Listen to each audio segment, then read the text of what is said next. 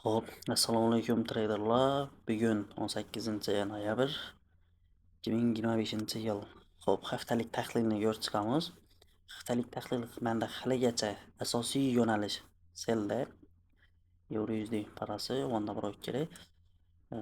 Yodlaringizda bo'lsa, oylik time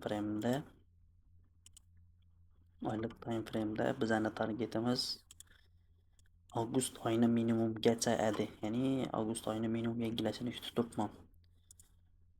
Noyabr oyi ochilib koreksiyaga o'tdi. Asosiy trend bilan o'zi asosiy trend boy, lekin men qarab turgan trendda qarama qarshi yo'nalishda koreksiyaga o'tdi. Bu bir taraflama yaxshi, ya'ni yana bir pozitsiya qo'shib olish uchun dalgasroq pozitsiya qo'shib olish uchun strukturning holatini ko'radigan bo'lsak,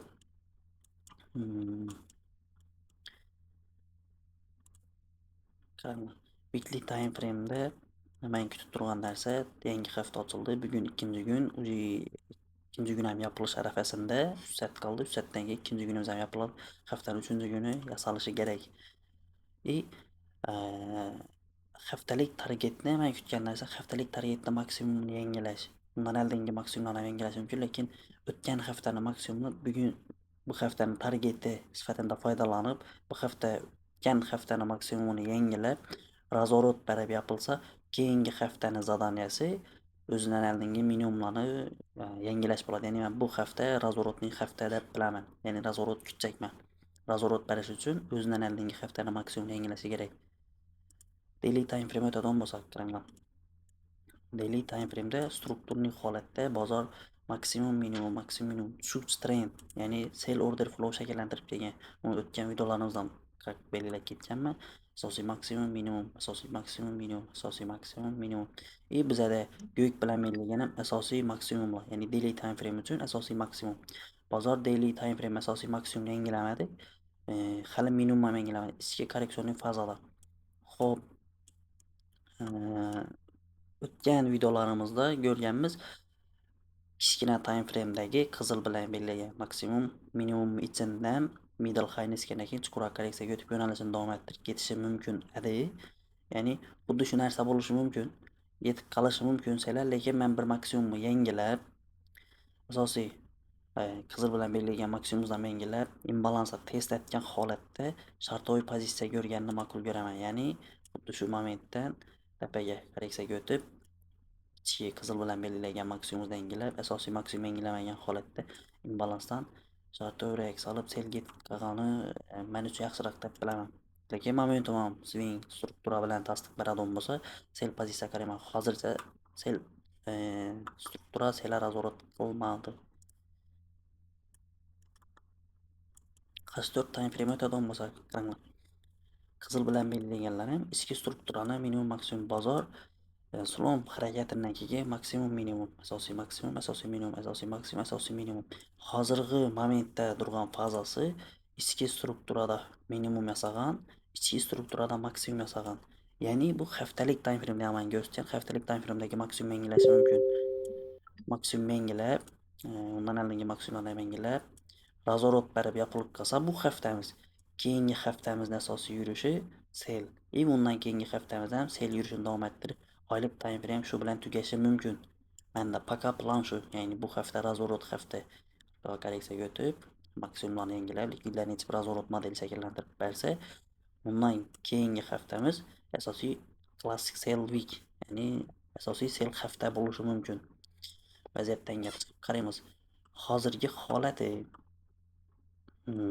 minimum yangilanmagan, e'tibor bersangizlar, minimum yangilanmagan holatda daily time frame o'tamiz. Ochib turamiz. Qaranglar. Bu bizning bir dona candle'imiz impulsivniy diviziyaga o'tgan. Bu o'tgan hafta payshanba kunlik candle, ya'ni 4-kungi candle'imiz, 4-kungi candle'imiz ichida juma, birinchi kungi candle'imiz qolib ketgan. Xuddi shu candle'ni minimum xuddi shu candle'ni biz akkumulyatsiya deb qarasak bo'ladi, ya'ni bozorning akkumulятsionlik holati. Akkumulyatsiya low, bu akkumulyatsiya high. Buni biz qaysi model uchun ishlatamiz? Bozorning range holati bo'lsa, AMD modeli bor, akkumulyatsiya, bozor akkumulятsionlik holati. Kichikroq time atamiz. IMD modeli bor. IMD modelini ko'rinishi bozor range yo'q holatda qolib ketsa, range low, range high, ya'ni range maksimumi, range minimumi, bozor qaysi tarafni yangilab o'tsa, minimum yangilasa, biza range maksimum target etib foydalansak bo'ladi. Bozor distributsiyaga o'tadi. Ya'ni bozor A narxdan B narxga kelish uchun IMD bilan ketishi mumkin. Ya'ni akkumulyatsiya, manipulyatsiya va distributsiya. Distributsiya asosiy yurish bo'ladi.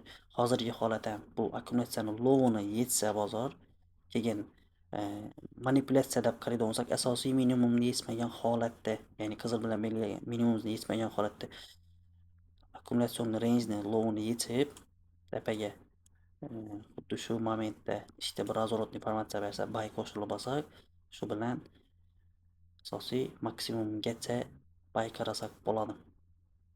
Ya'ni men kutgan bo'lar edim, xuddi shu minimumni yetib, razворот bersa, xuddi shu faza menga qiziq, interesniy. Xuddi shu minimumdan buy paysa qo'shilsa harakat etaman. Targetim payshanba kuni maksimumladim, ya'ni o'tgan haftani maksimumladim. Undan keyinchalik planlashtiramiz ichki strukturani maksimum, shu tendensiyadagi ichki struktura maksimum imbalansni. Hozircha eng yaqin targetimiz shu. Bir pozitsiya qo'shilib olsak bo'ladi. Low yetilgandan keyin razворотный model bersa, buyga. Keyin maksimum yangilangandan keyin razворотный model bersa, qaysidir daily time frame'da CRT model shakllantirib bersa, keyin biza sell pozitsiya qarab kessak bo'ladi asosiy ideya bilan. Asosiy shartli ideya bo'lib qoladi.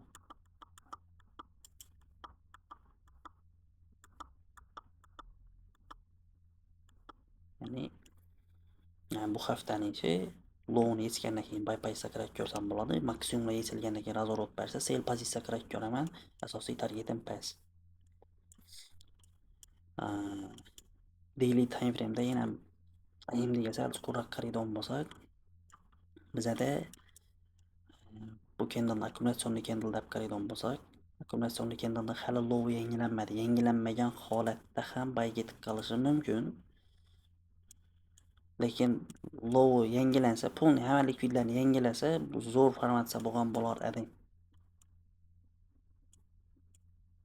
Bu narsani hurmat et, shu bugunning o'zida bo'ladigan bo'lsa, ya'ni buni o'chirib tursak, bugunning o'zida bo'ladigan bo'lsa, bu zo'r CRT model bergan bo'lar edi. Ya'ni CRTni asosiy candle deb qaraydigan bo'lsak, bu CRT low'ni yangiladi. CRT targeti ertangi kungi targetimiz CRT high, ya'ni dushanba kuni birinchi kunni suysa maksimumni biz target sifatida foydalanib ertangi kun buy qarasak bo'ladi. Lekin likvidni yetishi kerak, ya'ni akkumulятsion low'ni yetgan holatda bo'lishi kerak.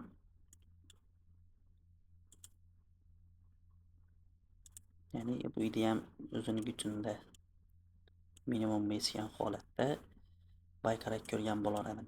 Hozirgi moment ham qaranglar, strukturniy holatda yevro USD asosiy maksimum, minimum, maksimum, minimum, maksimum, minimum, oxirgi maksimum bu yerda shakllangan, oxirgi minimum bu yerda shakllangan.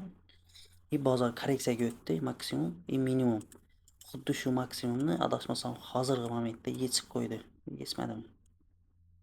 Hali yechmabdi. Uni yechib qo'ysa ham biza double port, ya'ni bozor sell trendga turgan bo'lsa, sell stoplarni yangilaydi.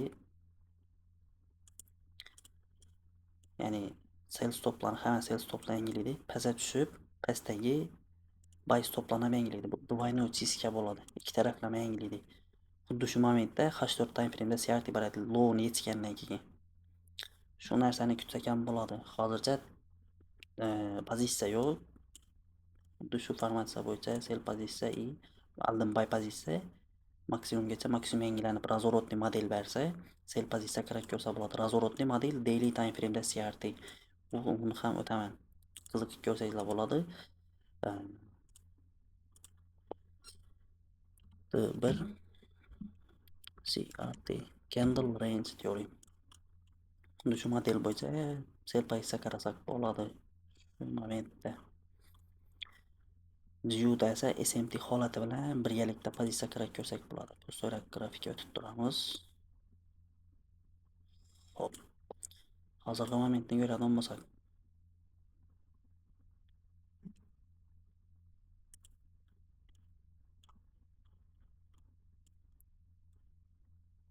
Bu как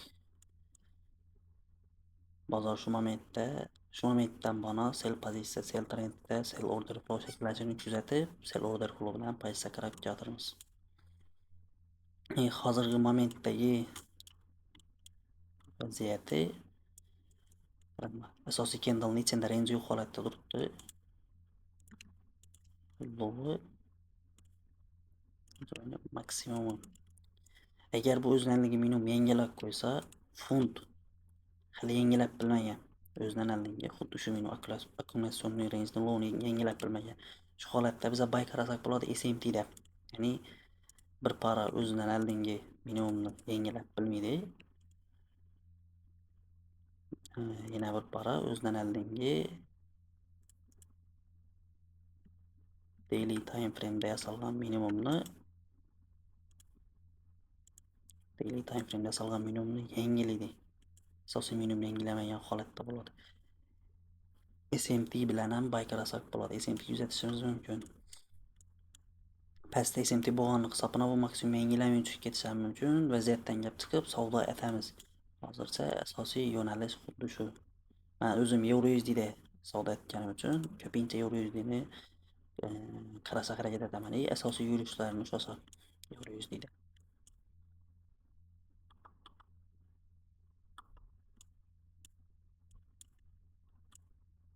Zo'r struktura yasab shakllantirib bergan bo'ladi. Bizada yangi asosiy